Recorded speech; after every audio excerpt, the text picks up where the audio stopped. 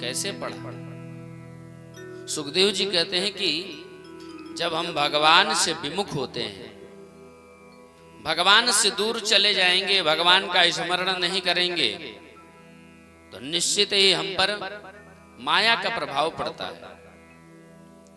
और भगवान के चरण शरण में रहेंगे, उनके सन्निकट रहेंगे, माया का प्रभाव पड़ने वाला नहीं,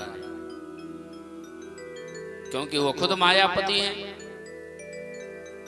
काल का असर, माया का असर होने वाला है नहीं। कंस को विदित हुआ कि 8वां हुआ। कंस आया, कारावास को खुलवाया और आकर के देवकी वसुदेव के सामने आए और उस कन्या को ले लिया। कंस ने देवकी के हाथ से छीन लिया और छीन करके सोचा मारे, लेकिन कहा कि अरे ये तो कन्या है, इतना भी पापी नहीं है कि इस कन्या को हम मारे। तो सैनिकों ने कहा अरे महाराज, ये 8वां कन्या है तो क्या हुआ? बोले कि ये थोड़ी कहा था कि 8वां संतान ही तो कहा था, पुत्र होगा कि पुत्री हो सकता है, ये 8वां है कन्या, तो इसका जो पुत्र हो वो तुम्हारा काल हो। सैनिक से कहा कंस ने कि बात तो तुमने सही कही।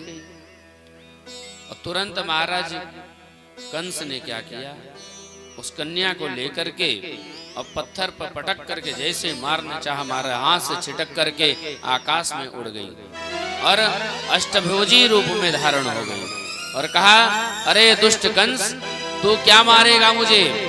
तेरे मारने वाला काल मथुरा में जन्म ले लिया है। देवी बताओ कहां जन्म लिया है?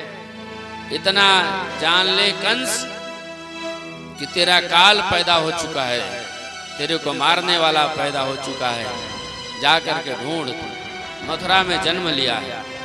आकाशवाणी हुई, किम मया हतया मंदः जात खलु तवांतकृत यत्र क्वा पूर्व शत्रुर्मा हिंसी कृपणामृथा।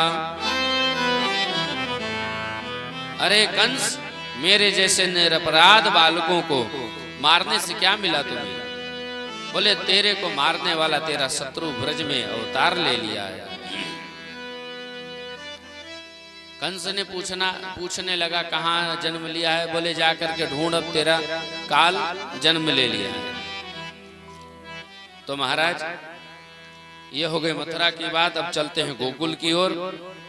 नंद बाबा ब्रज के राजा हैं और अभी तक कोई इनके घर पुत्र हुआ नहीं।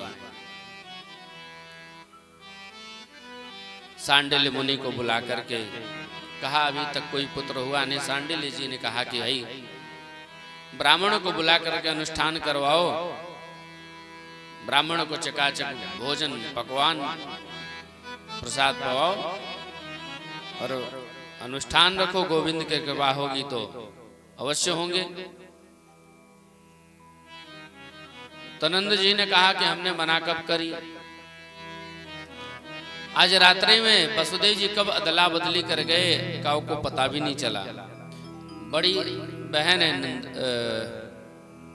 नंद जी की, नंदा बड़ी है और छोटी का नाम है सुनंदा। तो क्या होता है पता है? जब पता चलता है कि मायके में भाभी के लड़का होने वाला है, तो बहन लोग क्या करती हैं? उम्मीद आस जगा लेती हैं, क्या कि लला ही हो। हाँ, लल्ला होगा तो हीरे जवनार इत्यादि सब मिलेंगे, और लली भई तो फिर अपने ही जेब ढीली होगी। हाँ, और लल्ला हो गया तो फिर जेब गरम होगा। ब्राह्मणों ने अनुष्ठान किया, अनुष्ठान पूर्ण हुआ और महाराज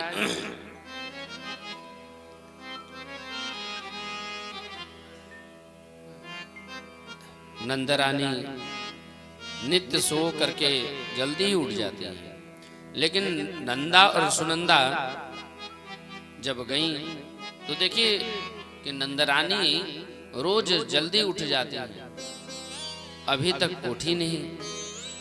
तो सुनंदा जो छोटी वाली है बड़ी हिम्मत करके जा करके और जब नंदरानी के कक्ष में गई तो देखी कि बगल में छोटा सा नन्हा शिशु सो रहा है।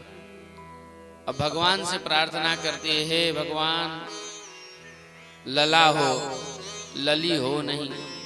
जाकर के छोटी सी झीनी सी चदरिया उसके मुख से हटाया, जैसे मुख तक हटाया फिर ढक दिया, कहीं लली हो गई तो सब गड़बड़ हो जाएगा। हे भगवान